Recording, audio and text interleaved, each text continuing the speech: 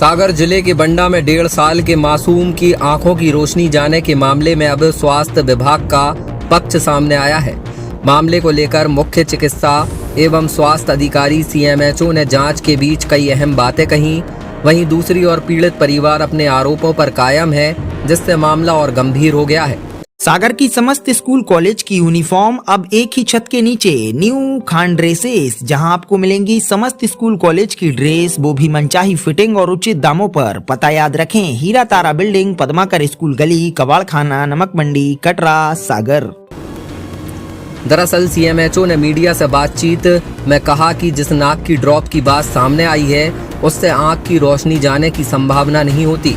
उनके अनुसार संबंधित ड्रॉप सामान्य नमक के पानी से लाइन की है, जिससे किसी प्रकार के नुकसान की आशंका नहीं है। उन्होंने बताया कि जांच के दौरान यह भी सामने आया है कि बच्चा जन्म से कुपोषित था और चिकित्सीय दृष्टि से गंभीर कुपोषण के कारण भी आंखों की रोशनी प्रभावित हो सकती है।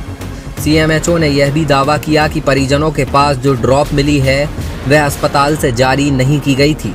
पूरे मामले की जांच जारी है और यदि जांच में किसी भी स्तर पर लापरवाही या दोषी पाए जाते हैं तो संबंधित लोगों के खिलाफ कार्रवाई की जाएगी।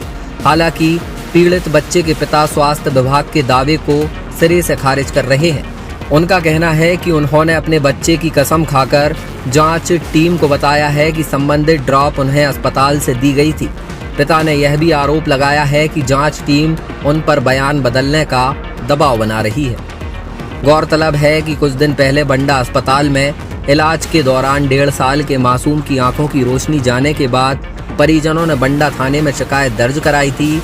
अब सभी की निगाहें जांच रिपोर्ट पर टिकी हुई हैं। मैं राज विश्वकर्मा, ग्राम भूसा कमलपुर से। कल मेरे पास टीम आई थी बच्चे की जांच करने के लिए, लेकिन हमारे ऊपर उल्टा दबाव बना रही थी। मैं उस टीम से संतुष्ट नहीं हूँ। मुझे दिल्ली की टीम से जांच करवाई जाए।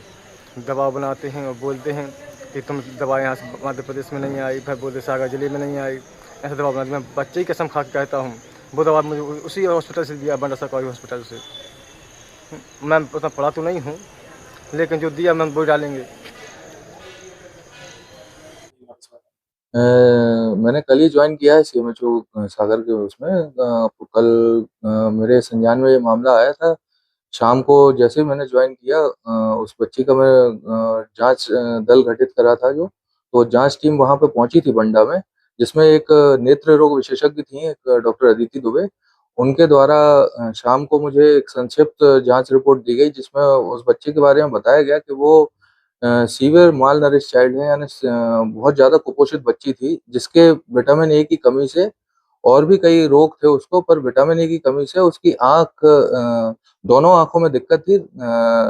दाहिनी आँख ज़्यादा परेशान करी उसने। तो इसके लिए उन्होंने लिखित रिपोर्ट, अपनी संक्षिप्त में प्रारंभिक रिपोर्ट मुझे जमा करी, जिसके उसमें मैंने चूँकि बच्ची 9 महीने की थी, और ये एक दिन का तो काम नहीं है। अगर कुपोषण निकलता है उस बच्ची को, तो महिला बाल विकास अधिकारी और पता भी पड़ा कि ये बुंदेलखंड चिकित्सा महाविद्यालय सागर में भर्ती थी, तो वहाँ के अधिष्ठाता महोदय और